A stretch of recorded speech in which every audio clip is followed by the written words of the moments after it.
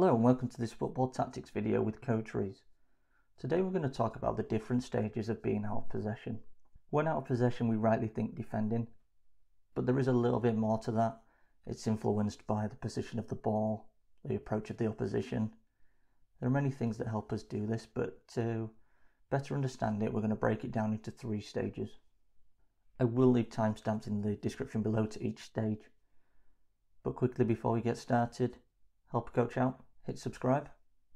So to help us recognise the 3 stages of being out of possession, we're going to break the pitch down into thirds. So we'll have the attacking third, midfield third and defensive third. And this will give us our 3 stages. I guarantee you that every team you watch will use each stage. Some will use a certain stage more than another, but every team will use each stage. So we're going to start with the attacking third. And the main thing that influences a team's approach when out of possession is, we're going to call it risk versus reward. So what is the team going to risk without the ball and what reward will be gained should they win it? So if we are out of possession in our attacking third, that means that the ball is in a position where it's as far away from our goal as it can possibly be. So the risk is actually quite low. The opposition have got a lot of area to cover and a lot of units to get past to try and get a shot on goal. But because the ball is in our attacking third, it means that should we win it, our reward is actually really high because we're as close to the opposition's goal as we can possibly be. We'll get a shot on goal or even better, a goal. So the risk is low, reward is high. And this really influences how our team will approach defending in this third. So in our attacking third, a team will use what we call a high block, and it will usually be some form of a high press. This is because if we press really aggressively in this area and win the ball back, we get a shot on goal.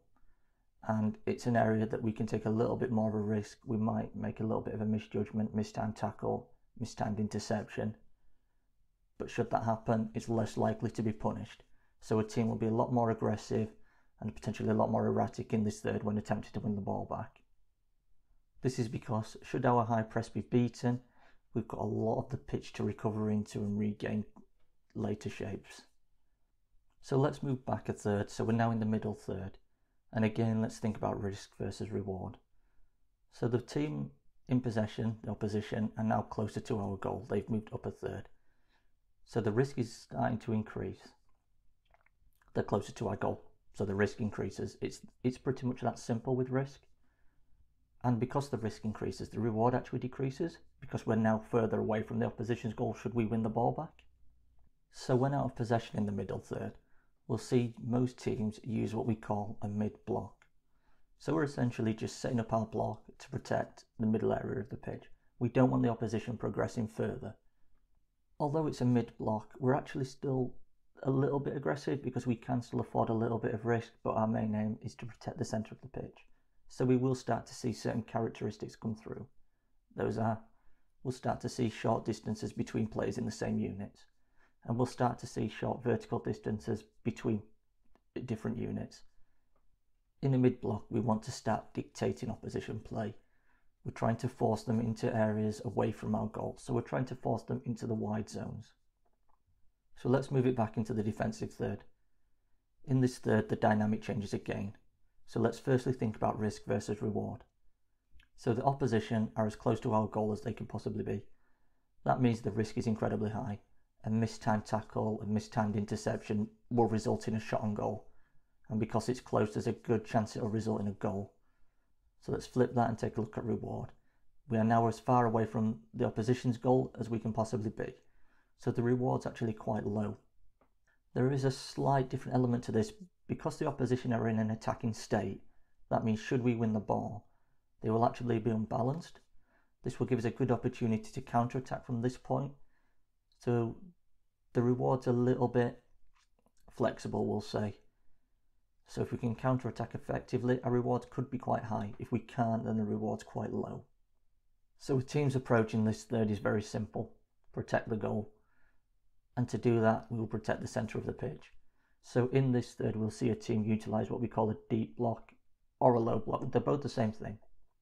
And what that looks like is it's got very short horizontal distances between players in the same unit.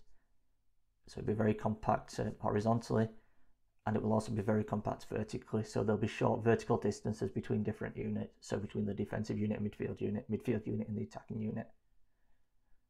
What we will actually see is the distance from the defensive unit to the attacking unit is incredibly short. Again, the entire approach is protect the centre of the pitch. We want to send the opposition as far away from our goal as possible within this third, and that is into wide zones or backwards. In this third, we will start to see things what we call emergency defending, where it'll be unorthodox blocks, unorthodox tackles, unorthodox interceptions. I think there's a John Terry clip of him diving to head the ball. It's quite interesting. He's in the deep block, and in the defensive third, it's just unorthodox.